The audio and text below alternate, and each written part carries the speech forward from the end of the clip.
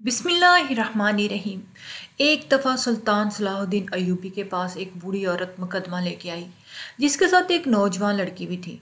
सुल्तान Salahuddin Ayyubi रहमतुल्लाह अलैह काजी के साथ अदालत में मौजूद थे।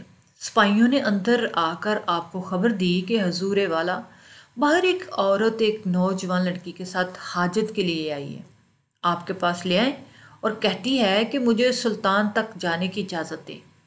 मामूल के मुताबिक जब सुल्तान सलाहुद्दीन अय्यूबी रहमतुल्लाह अलैह अदालत में मौजूद होते तो अदालत के दरवाजे खुले रख दिए जाते और मुहाफ़िज़ों को हुक्म होता कि किसी भी आदमी को अंदर आने से रोका ना जाए, क्योंकि सुल्तान मुअज़्ज़म चाहता है कि कोई भी अमीर हो या गरीब, इसको इंसाफ पाने के लिए इसकी राह में रुकावटें ना हों। लेकिन इस वक्त सुल्तान मुअज़्ज़म किसी चौधरी का मुकदमा सुन रहा था। इसी वजह से सुल्तान के हुक्म पर अदालत का दरवाज़ा बंद था। जब सिपाही पैगाम लेकर सुल्तान के पास आ रहा था तो सुल्तान समझ गया कि कोई ख़ास पैगाम होगा, वरना मुकदमे के दौरान सिपाही अंदर ना आता। खैर, सुल्तान सलाहुद्दीन अय्यूबी ने इसे अपने पास बुलाया और सरगोशी करते हुए पूछा, सिपाहियों बताओ क्या बात है जिसने तुम्हें अंदर आने पे मजबूर कर दिया। उसने कहा, हुजूर एक औरत बूढ़ी है जिसके साथ एक खूबसूरत हसीनो जमील लड़की मौजूद है और वो आपके पास मुकदमा लेकर आई है। मैंने इसे कहा कि बताओ तुम्हारा क्या मसला है, लेकिन उसने कहा कि मैं तो सुल्तान को ही सब कुछ बताऊंगी। सुल्तान मुअज़्ज़म ने चौधरी के मुकदमे को मुलतवी कर दिया और हुक्म दिया कि इस औरत को और उसकी नौजवान बेटी को अंदर हाजिर करो। चंद ही लम्हों के बाद वो बूढ़ी औरत सुल्तान के सामने हाजिर हुई तो सुल्तान मुअज़्ज़म ने पूछा, अम्मा जी बताओ क्या माजरा है। उसने कहा, सुल्तान मुअज़्ज़म मैं एक बूढ़ी खातून हूँ। मेरा शौहर तजारत के दौरान एक हादसे की वजह से मारा गया था और मेरी एक बेटी है जिसको मैंने बड़ी मुश्किल से पाला पोसा, इसको जवान किया। मैंने थोड़ा थोड़ा जमा करके इसकी शादी के लिए चंद जेवर और रकम जमा करके रखी हुई थी। लेकिन पिछली रात की बात है कि मैं और मेरी बेटी हम झोंपड़ी के अंदर सो रहे थे कि अचानक एक नौजवान खैमे के अंदर दाखिल हुआ। उसने अपने मुंह पे नकाब लपेटा हुआ था। इसने मेरी गर्दन पे खंजर रखते हुए कहा कि बताओ तुम्हारे पास क्या मौजूद है। मैंने कहा, मैं बूढ़ी औरत हूँ, हम 2 वक्त की रोटी बड़ी मुश्किल से खाते हैं, हमारे पास क्या होगा। तो उसने कहा कि मुझे खबर है तुम्हारे पास जेवर और रकम मौजूद है जो कि तुमने अपनी बेटी की शादी के लिए छुपा के रखे हुए हैं। मुझे मालूम हो गया था कि ये सब कुछ जानता है, इसलिए इसको बताना ही बेहतर है। मैंने इसको कहा कि फला संदूक में जेवर और रकम पड़ी हुई है। उस नौजवान ने रकम और जेवर उठाए और जानने ही लगा था कि अचानक इसकी नज़र मेरी बेटी पर पड़ी, जिसको देख कर शैतान ने इसको बरगलाया और वो वापस पलटा, चौंपड़ी का पर्दा आगे कर दिया और मुझे रस्सियों से बांध कर मेरी आंखों के सामने मेरी बेटी की इज्जत और आबरू लूट लिया। ये सुनकर सुल्तान सलाहुद्दीन अय्यूबी चंद लम्हों के लिए बड़ा परेशान हुआ। वो सोचने लगा कि आखिर इतना बड़ा गुनाह करने की किसने हिम्मत की। बूढ़ी अम्मा कहने लगी, सुल्तान मुअज़्ज़म शायद वो समझा कि मैं इज्जत की डर की वजह से चुप रहूंगी, इसलिए मैंने इतना बड़ा गुनाह करने का सोच लिया। ये सुनकर सुल्तान ने बूढ़ी अम्मा से कहा कि आपने बिल्कुल सही किया, अपना मुकदमा लेकर मेरे पास आई। मैं आपको यकीन दिलाता हूँ कि चंद ही दिनों में वो मेरी पकड़ में होगा और अगर तू मेरे पास ना आती तो वो मुझे यकीन था कि वो आने वाले वक्त में बहुत सारी लड़कियों के साथ इसी तरह ज्यादती करता।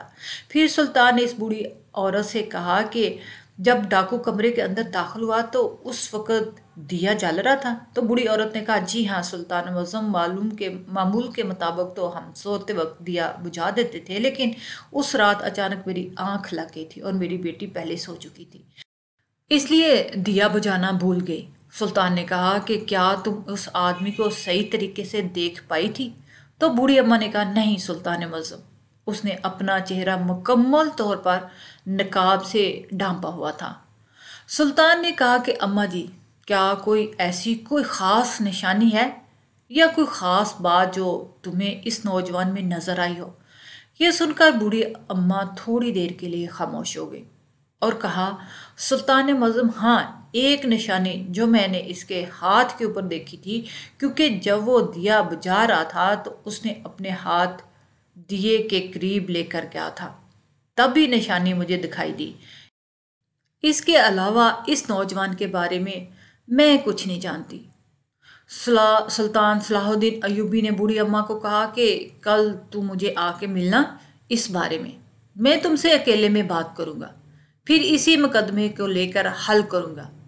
اس کے بعد بوڑھی اماں اپنے گھر چلی گئی اور سلطان صلاح الدین ایوبی کے بتائے ہوئے وقت کے مطابق آپ کے سامنے حاضر ہوئی۔ سلطان نے تمام سپاہیوں کو اپنے کمرے سے باہر بھیج دیا اور اکیلے میں بوڑھی اماں سے کہا کہ اگر میں چاہوں تو تمہارے گاؤں والوں کو ایک جگہ اکٹھے کر کے ان کے ہاتھ پر وہ نشانیاں دیکھ لو گی اور اس مجرم کو پکڑ لو گی، لیکن اس بات سے وہ نوجوان چونک جائے گا اور وقت آنے سے پہلے ہو سکتا ہے اس گاؤں سے بھاگ جائے یا وہ کسی تاجر کے روپ میں دوسرے شہر چلا جائے۔ یہ سن کر بوڑھی اماں نے کہا کہ سلطان معظم، پھر ایسا کون سا طریقہ ہے جس سے آپ مجرم کو پکڑیں گے؟ سلطان نے کہا کل میں ایک بڑی دعوت کا انتظام کرنے والا ہوں جس میں صرف اس گاؤں کے لوگوں کو مدعو کیا جائے گا، اور جب سب لوگ کھانا کھانے کے لیے صفوں میں بیٹھ جائیں گے تو میں تمہیں ان سب گاؤں والوں سے ملواؤں گا، اور ملواتے وقت ان سب گاؤں والوں سے ہاتھ ملانا اور ہر ایک آدمی کے ہاتھ کو دیکھنا وہ نشان کس ہاتھ پر نظر آتا ہے۔ مجھے شک نہیں، یقین ہے وہ نوجوان اسی گاؤں کا ہے جو پہلے سے زیور کے بارے میں سب کچھ جانتا تھا۔ بڑھیا اماں نے کہا کہ ٹھیک ہے۔ اگلے دن گاؤں میں بڑی دعوت کا پروگرام بنایا گیا۔ سلطان صلاح الدین ایوبی نے اس بوڑھی عورت کا حلیہ بدلوا کر تمام لوگوں کے سامنے حاضر کیا اور کہا یہ بوڑھی اماں پڑوس ملک کی ملکہ ہے اور تم سب گاؤں والوں سے ملنا چاہتی ہے۔ یہ آج ہی یہاں پہنچی ہے اور مجھ سے ملنے کے لیے یہاں آئی ہے، تو میں نے سوچا کہ آپ سب لوگوں کو بھی ملکہ کی ملاقات کروا دی جائے، اسی لیے تم سب کو ان سے ملوانا چاہتا ہوں۔ اور اس کے بعد سلطان نے باری باری گاؤں والوں کو حکم دیا کہ باری باری ملکہ سے ہاتھ ملائیں اور ان سے دعا لیں۔ سلطان کے حکم پر تمام گاؤں والے آہستہ آہستہ باری باری اس بوڑھی اماں کے پاس آتے اور ہاتھ ملاتے۔ بوڑھی اماں ان کا کندھا تھپتھپا دیتی اور وہ چلے جاتے۔ یہ سارا منظر سلطان دیکھ رہا تھا۔ آدھے سے زیادہ گاؤں والے بوڑھی اماں سے ہاتھ ملا چکے تھے، لیکن ابھی تک وہ نوجوان جو اس رات بوڑھی اماں کو لوٹ کر اس کی بیٹی کی عزت کو روند کر چلا گیا، وہ ابھی تک نہیں آیا تھا۔ تھوڑی دیر گزری تھی کہ بوڑھی اماں نے ایک نوجوان کو کندھا تھپتھپانے کی بجائے اس کے چہرے پہ تھپڑ سیدھ کرتے ہوئے کہا سلطان معظم، یہی میرا مجرم ہے، اور اس کے بعد اس کے ہاتھ پر بالکل ویسا ہی نشان تھا۔ اس کے بعد سلطان صلاح الدین ایوبی نے اس نوجوان سے تفصیل پوچھی اور کہا بتاؤ اے نوجوان، تم نے یہ چوری کیوں کی اور بوڑھی کی بیٹی کی عزت کیوں لوٹی؟ تو اس نے کہا سلطان معظم، میرے 2 چھوٹے چھوٹے بچے ہیں اور جتنی میں دہاڑی کماتا ہوں اور اس سے میرے گھر کا نظام نہیں چل پا رہا تھا۔